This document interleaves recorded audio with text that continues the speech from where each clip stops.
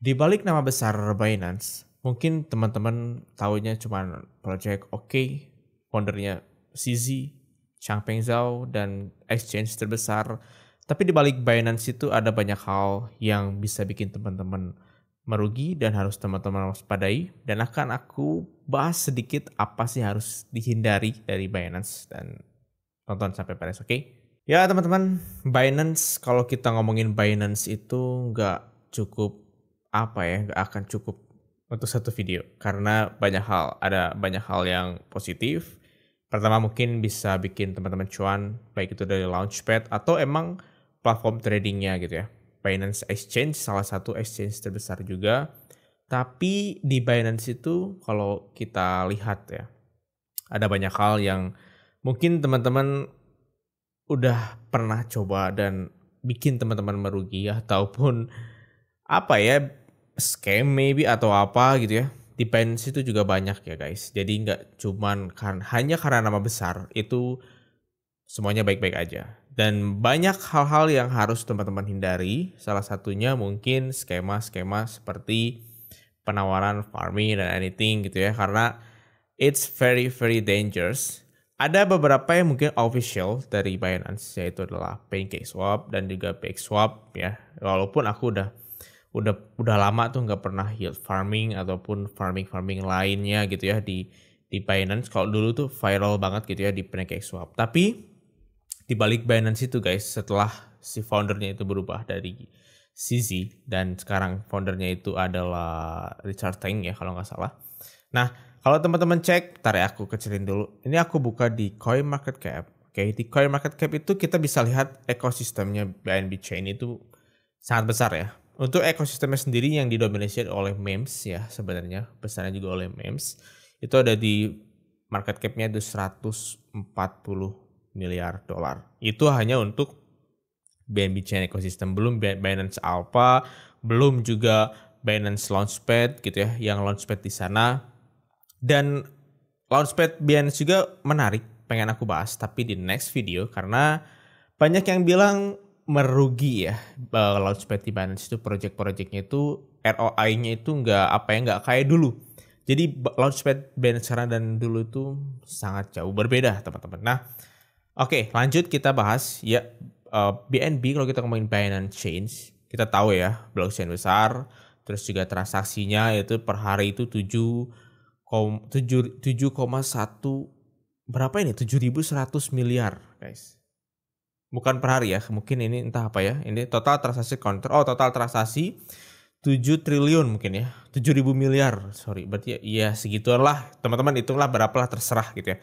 Nah, untuk harga BNB sendiri mungkin untuk investasi or teman-teman hold dari dulu oke, karena fine-fine aja harga BNB aku lihat ya stabil dia harga untuk si BNB-nya. Tapi untuk futures teman-teman juga bisa cek banyak yang liquid di sana dan banyak yang bilang kalau futures di Binance itu kita bisa tahu ya apa namanya stop loss kita terus juga liquid kita di mana itu bisa tahu. Tapi we are not going to talk about futures dan juga memes di Binance. Tapi kita pengen bahas yaitu adalah mungkin teman-teman pernah coba namanya PancakeSwap ya. PancakeSwap itu DEX ya, decentralized exchange-nya dari BNB Chain dan ini kayak the number one di BNB dan buat yang player lama gitu ya itu PancakeSwap adalah DEX-nya BNB dan mungkin kalian yang belum tahu ya DEX-nya BNB itu tempat kita trade token-token di BNB gitu ya. Dan di sini tuh ada banyak DeFi ya teman-teman.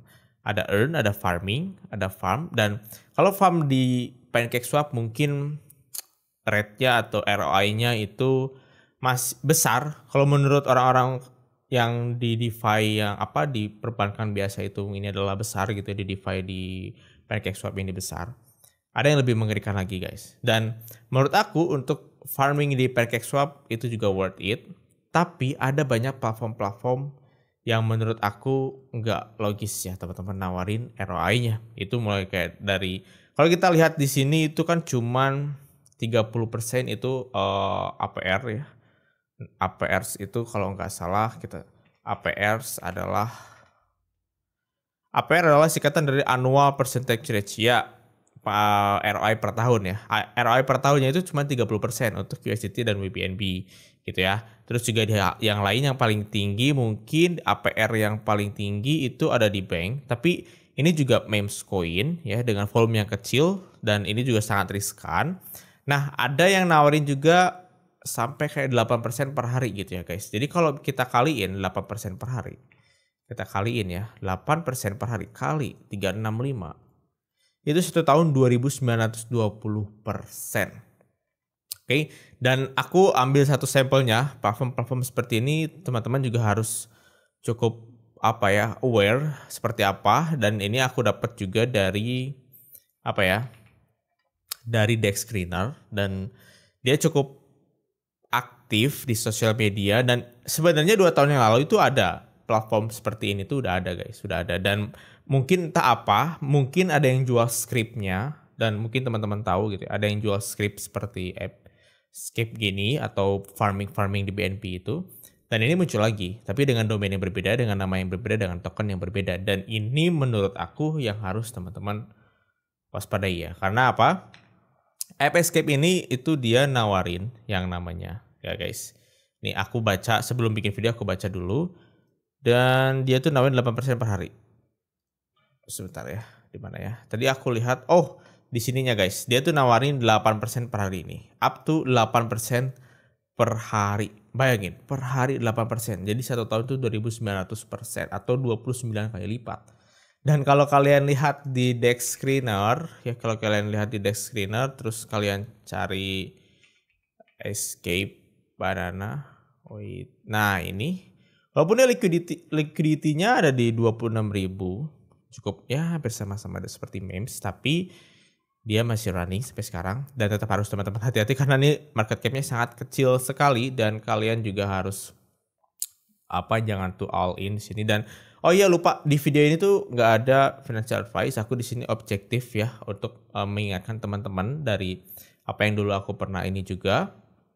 Dan kalau kalian cek dengan market cap segini itu it's impossible untuk menghasilkan kita 8% per hari dalam bentuk BNB atau stablecoin. Dan kalau kita lihat itu di pool kontraknya itu hanya ada 36 BNB guys. Jadi kalau kalian cek di kontraknya si Escape ini itu ada 36 BNB, yang artinya itu hanya $21.000, dan hanya sedikit orang yang bermain farming di platform si Escape ini. Walaupun mungkin buat beberapa yang gambler itu kayak ROI-nya tinggi nih, kita bisa main di sini atau main cepat gitu ya. Itu juga high risk ya. Jadi yang high risk itu pasti juga yang high return itu pasti high risk ya teman-teman. Jadi resikonya juga besar. Nah, kenapa aku bilang ini teman-teman harus waspada ya? Pertama, di sini kalian harus baca nih, what is a BNB locked reward pool? Jadi reward pool itu artinya ketika kalian deposit BNB ke kontrak itu permanen dan nggak bisa di withdraw. Ya, walaupun hanya bisa dibelikan untuk tokennya si apps gitu ya, dan si apps ini nanti kalian bisa jual gitu ya teman-teman. Nah, dan kalau kalian cek di sini itu misalkan kita masukin 0,1 BNB ya teman-teman, 0,1 BNB itu kita nanti dapatnya 25.798 apps, dan entah apa tokennya udah ada di market atau belum di BNB, apps BNB misalkan. Dan aku nggak, ini ada di Banana, market cap-nya dikit, liquidity-nya juga dikit ya.